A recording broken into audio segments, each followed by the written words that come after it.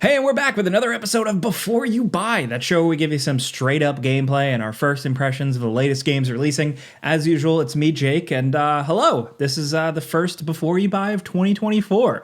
Hope you guys are doing well. Thanks for still coming around. Today we're talking about Prince of Persia: The Lost Crown. The Prince of Persia franchise is back, sorta. You know, you're not the prince.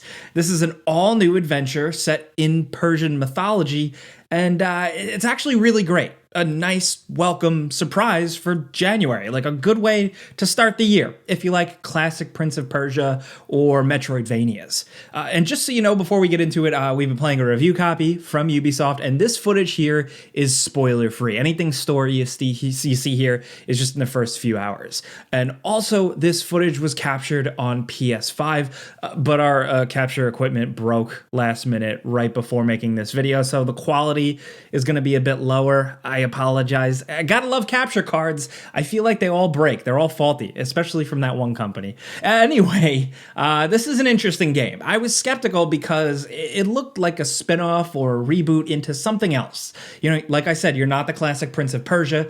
Here, you're an immortal, a kind of badass warrior avenger, part of a group with the whole plot centered around Persian myth and fantasy. At first, I was like, why this instead of a mainline Prince of Persia game? Well, after playing Lost Crown, I actually think that this can be a good direction for the series, gameplay-wise. It feels different than your average Ubisoft game. It's not an endless open world. It's just an enjoyable, challenging adventure that comes in at a lesser price and will take you like 20 to 30 hours, depending on how you play. Now, the main character, the player character, is Sargon, a young, powerful badass tasked with rescuing a kidnapped prince in an ancient Persia. It's a fantasy world. There are monsters, creatures, gods. He's super powered. He can kind of go Super Saiyan. You go with it. You navigate 2D planes, progressing through a story and unlocking abilities in both combat and traversal that allow you to get to new areas of the map and journey further. The character is fast with sprints and slides and dashes, and more you get throughout the game, and you can die in just a couple of hits or falling into a spike trap, and it can all be nice and challenging. Thankfully, the game gives you lots of difficulty modes and accessibility options to get the difficulty however you really want it. The freedom of choice is nice here. And the game can be nice and challenging, particularly with the combat. You could slide under characters, you could do strikes, charged hits, you could hit them up in the air, juggle them, slam them back down, use some ranged attacks. You can also build up a kind of super meter and spend it on 2 mapped unlockable special attacks like a healing bubble, a big powerful hit, a massive ranged blast, stuff like that. It all just feels incredibly smooth and responsive. Like, not once did I fiddle with the controls or have any issues at all, other than just my own skill or lack thereof. There's like one frequent use ability mapped to R3, you know, or clicking the right stick that felt a little weird, but otherwise, buttery smooth controls and the gameplay itself super smooth and tight. And for those special abilities you spend a meter on, there are some cool ones to unlock, but I did find myself kind of just taking the ones I liked early on and stuck with them for a lot of the game. You can I buried the lead here. You can also parry certain attacks. The parry window is very small, sometimes brutally so, but when you get it, it feels so good and satisfying, especially because when certain enemies do a special attack, if you parry that one just right, you'll get an instant kill with a really cool in-game finisher animation. The clang of a parry, the flash, all of it is really well done and ties into what I said before, super smooth, buttery gameplay. And, with those finishing animations and that stuff,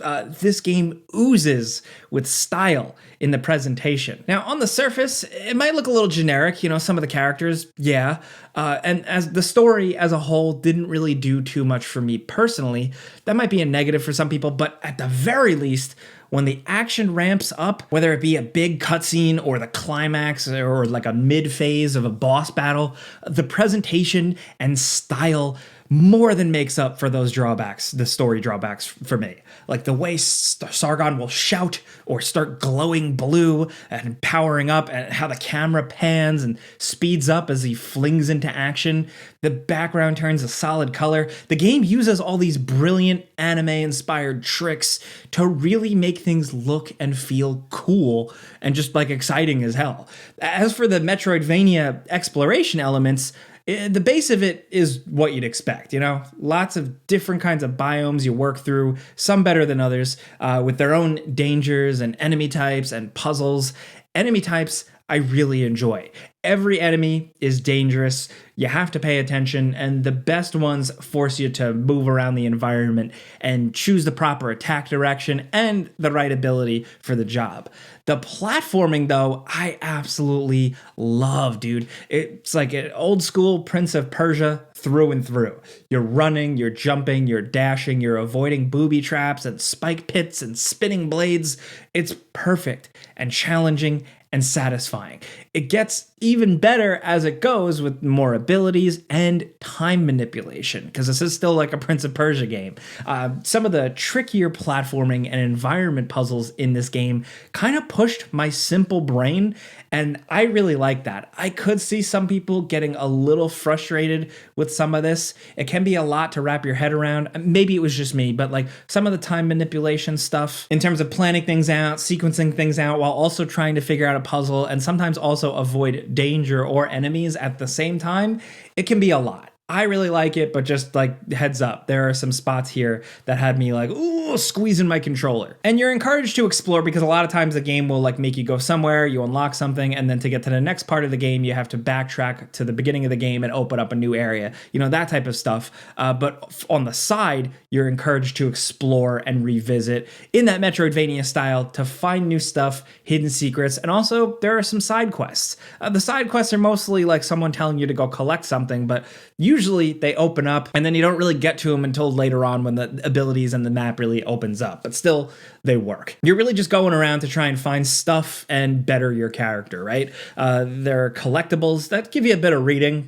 They weren't too exciting, but there are also different currencies and items of different rarity to spend at a shop and at a mythical weapons forge. So you're increasing your attack power, your capacities, you're buying different trinkets that will help you, stuff like that. And as you progress, you do find and also buy these charms for your necklace that can stack to give you a bit like a poison resistance, an extra hit in your melee combo, faster special attack charging, and some of these can get really interesting. It's a little bit like a light character build because the capacity of your necklace only has so much, and some of these little medallions will take up more slots than others. So you have some options, and some of them can also just help make the game a little bit easier if you're struggling too.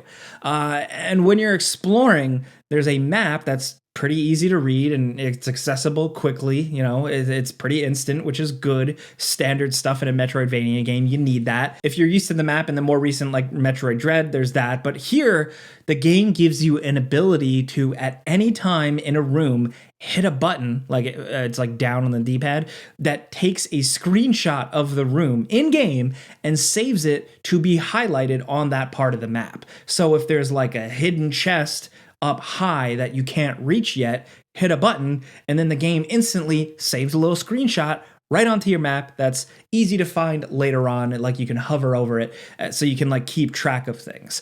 It's a really solid feature, and it sounds like it's not a big deal, but it's very cool and useful, and I think the Metroidvania nerds are gonna really like how this is implemented. So really, if you can't tell, I have a lot of good things to say about this one. It's a genre where there are definitely plenty of entries out there. There are a lot of modern Metroidvania games, and I don't know if this is the best one, but it somehow just feels simple and fresh. The story, again, really a downer for me personally. Not bad, just a bit forgettable in a lot of chunks. It has a lot of cool ideas, and it's clearly excited about its lore, but doesn't quite land with all of it. And I think that's the big negative of the game, but that's just for me. You might enjoy it a little bit more. Sargon as a character is pretty appealing, so there's aspects of it, but yeah, the gameplay is the best thing about this whole thing. It's buttery smooth, fun, challenging. The action and platforming is top notch, and I had fun.